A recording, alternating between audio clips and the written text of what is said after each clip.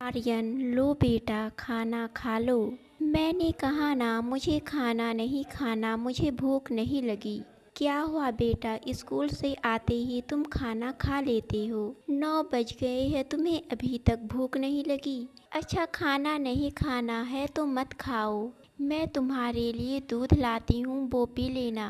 Sunita kitchen में गई और एक गिलास दूध लेकर आई। मैंने कहा ना मुझे दूध भी नहीं पीना। अरे तुम सुबह भी बिना नाश्ता के स्कूल चले गए, खाना भी नहीं खाया और दूध भी नहीं पी रहे हो, और तुम अपना ये मुंह क्यों फुलाकर बैठे हो। चलो दूध पी लो। मैंने तुम्हारा इसमें फेवरेट हॉर्लिक्स मिलाया है।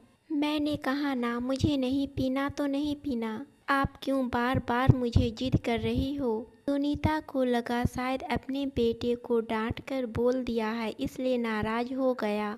इसलिए इस बार बहुत ही प्यार से बोली, मेरा मुन्ना बेटा दूध पी लो, स्ट्रांग बनना है ना। अगर दूध नहीं पियोगे तो कैसे स्ट्रांग बनोगे, और कैसे रनिंग में जीत कर मेडल लेकर आओगे, और फिर बड़े होकर अपने मम्मी पापा का ख्याल रखोगे। मुझे नहीं रखना किसी का ख्याल, और आप अच्छी माँ नहीं रही। मुझे आपसे कोई भी बात नहीं करनी, और बोलकर कमरे से बाहर निकलकर बैठ गया। सुनीता बाहर आई और कहने लगी, यह क्या तरीका है बात करने का, और कोई अपनी मम्मा से इस तरह बात करके भागता है क्या। तुझे जितनी अच्छी बातें सिखाने की कोशिश करती हूँ, उतनी ही बुरी आदतें सीखता जा रहा है तू। आप बस मुझे ही अच्छी बातें और अच्छी आदतें सिखाती हो, अपने तो खुद गलत करती हो, अच्छी बातें क्यों नहीं सीखती। बेटा क्या हुआ है तुम्हें, और इतने गुस्से में क्यों हो, मुझे बताओ। आपने दादा को जाने के लिए क्यों कहा। मुझे दादा का साथ अच्छा लगता था, उनके साथ खेलना, उनकी बातें करना, उनकी कहानी सुनना मुझे बहुत अच्छा लगता था। वो मुझे हर सुबह स्कूल पहुंचाया करते थे, और मुझे हर शाम जाकर लाया भी करते। जब मैं नहीं पढ़ता तो वो मुझे पढ़ाया करते। आप तो अपने कामों में रहती हो, ना मुझे कहानियाँ सुनाती हो, ना मुझसे बातें करती हो। आपने क्यों जाने कहा उन्हें। बेटा मैंने नहीं कहा उन्हें जाने के लिए, वो खुद ही चले गए हैं। और यह सब आपसे किसने कहा। मम्मी आप क्यों झूठ बोल रही हो। मुझे तो सिखाती हो कि झूठ नहीं बोलना चाहिए, फिर आप क्यों बोलती हो। अब आप पहले जैसी अच्छी मम्मी नहीं रही, झूठी मम्मी बन गई हो। और मुझे यह बातें किसी ने नहीं कहा, मैंने खुद सुना है। सुनीता को अपने बेटे की बातें सुनकर गुस्सा आ गया, और उसने एक थप्पड़ मार दिया। यह क्या तरीका है अपनी मम्मी से बातें करने का।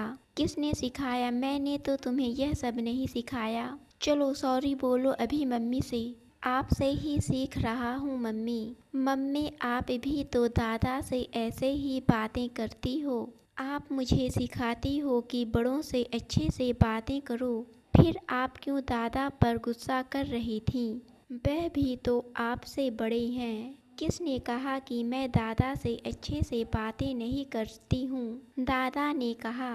नहीं मम्मी, मैंने सुन लिया जब आप उन पर गुस्सा कर रही थीं, यहाँ से जल्दी जाने के लिए बोल रही थीं, इसलिए तो दादा चले गए, वरना उन्हें जाने का मन ना था।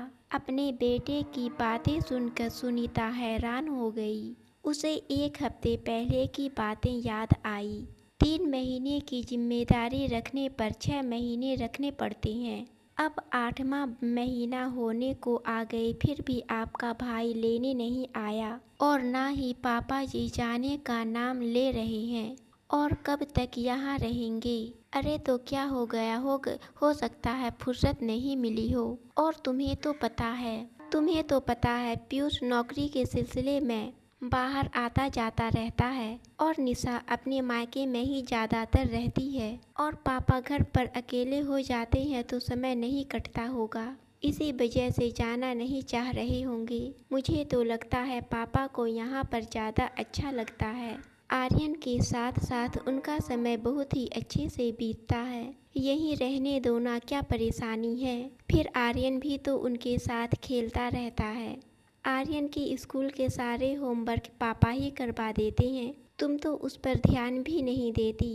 पति सुमित ने कहा, अच्छा लग रहा है तो क्या हुआ, उनकी जिम्मेदारी सिर्फ हम उठाते रहे।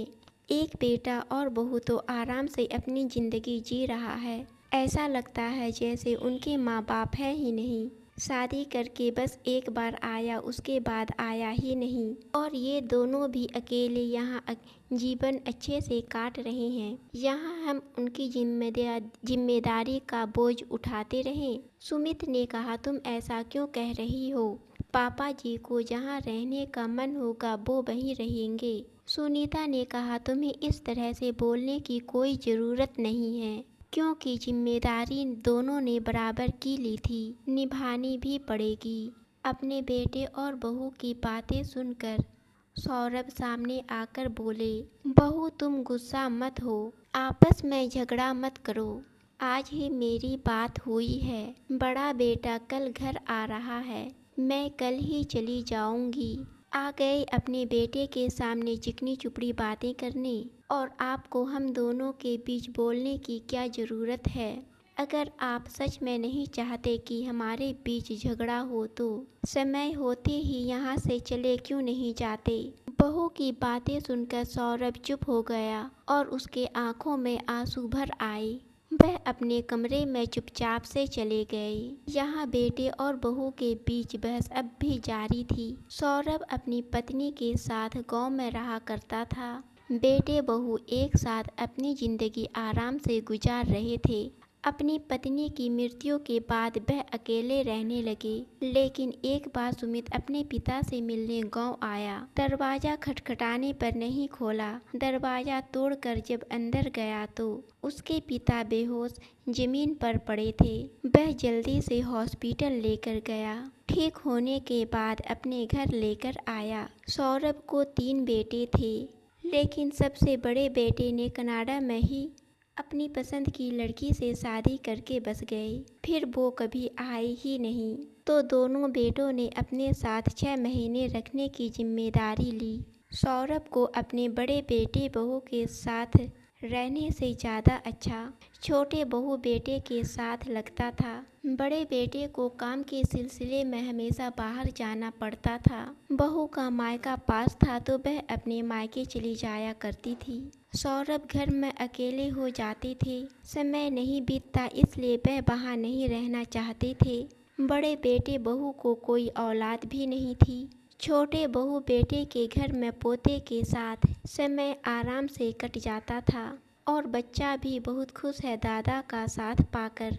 बेटे बहू के बीच बात बढ़ते देख सौरभ ने यहाँ से जाना ही उचित समझा। दूसरे ही दिन बड़े बेटे का फोन आया कि मैं घर आ गया हूँ। सौरभ ने अपने छोटे बेटे से कहा, तुम मुझे अपने भाई के घर पहुँचा दो, लेकिन अपनी पत्नी के साथ खटपट मत करो। यह सुनकर सुनीता चिढ़ गई और कहने लगी, मेरे पति समय से चले जाते हैं आपको लाने के लिए, और एक वो नवाब है जो ना आपको लाता है और ना पहुंचाता है। मेरे पति किसी के नौकर नहीं हैं। या तो आप अपने बेटे को बुला लें या खुद से ही चली जाएं। अपनी बहू की बातें सुनकर सौरभ कहने लगी, अच्छा रहने दो बेटा, मैं खुद से चला जाऊंगा। सुमित को अपने पिता को भाई के घर भेजने का मन नहीं था। उसने गाड़ी निकाला और बोला, पापा जी बैठ जाइए। वह अपने भाई के घर छोड़कर आ जाता है। सुनीता को सारी बातें याद आती है। उसने फिर कहा, बेटा तुम नहीं जानते अपने दादा को, उन्होंने मुझे कितना परेशान किया है। वही सब याद करके गुस्सा आता है। मैं सच में नहीं डांट रही थी दादा को, लेकिन मम्मी आप ही कहती हैं ना, जो बातें बीत गई उसे भूल जाओ। उसे भूल कर आगे बढ़ना चाहिए। जब हम बाहर खेलने के लिए जाते हैं और फ्रेंड्स में झगड़ा हो जाता है, आप ही मुझे फिर से खेलने भेजती हो और कहती हो फ्रेंडशिप कर लो। फिर आप क्यों नहीं करती मम्मी, जैसा आपने दादा को यहाँ से जाने को कहा। जैसे ही मैं बड़ा हो जाऊँगा और पापा की तरह नौकरी करने लगूंगा और मेरी शादी हो जाएगी। फिर मेरी पत्नी भी आपको जाने के लिए बोलेगी। आप कहाँ जाएंगी, क्योंकि मेरा तो दूसरा भाई बहन भी नहीं है। मैं तो आपका इकलौता बेटा हूँ। बेटे की बातें सुनकर सुनीता सन्न रह गई। आंखों में आंसू की धारा बहने लगी।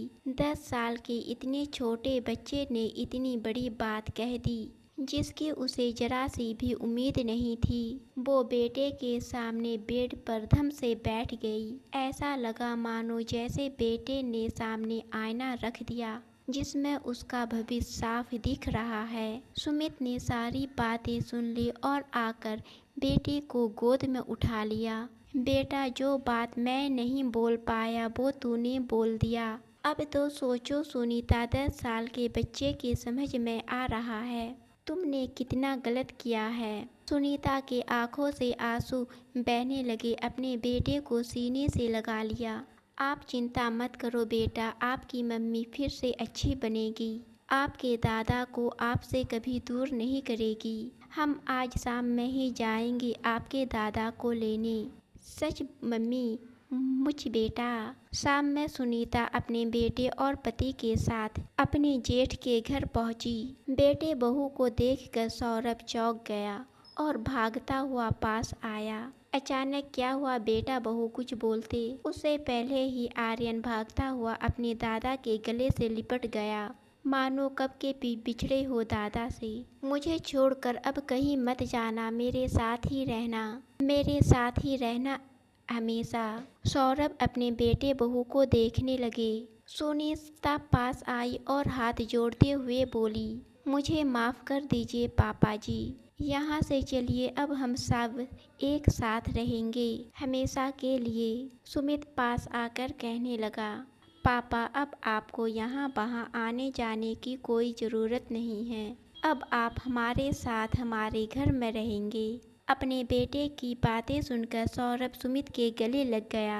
आर्यन अपनी माँ के पास आकर बोला, मुझे माफ़ कर दो मम्मी, मैंने आपसे बहुत गलत तरीके से बात की। बोलते हुए आर्यन रोने लगा। सुनीता गोद उठाते हुए बोली, नहीं बेटा, इसमें तुम्हारी कोई गलती नहीं है। तुमने तो वही किया जो मुझसे सीखा। सुमित अपने पिता को लेकर अपने घर आ गया। सुनीता सौरभ का बहुत अच्छे से ध्यान रखती। अपनी पत्नी को अपने पापा का ध्यान रखते देख सुमित बहुत खुश होता और सभी लोग बहुत खुशी खुशी रहने लगे। दोस्तों, आपको कहानी पसंद आई तो चैनल को सब्सक्राइब और वीडियो को लाइक ज़रूर करें।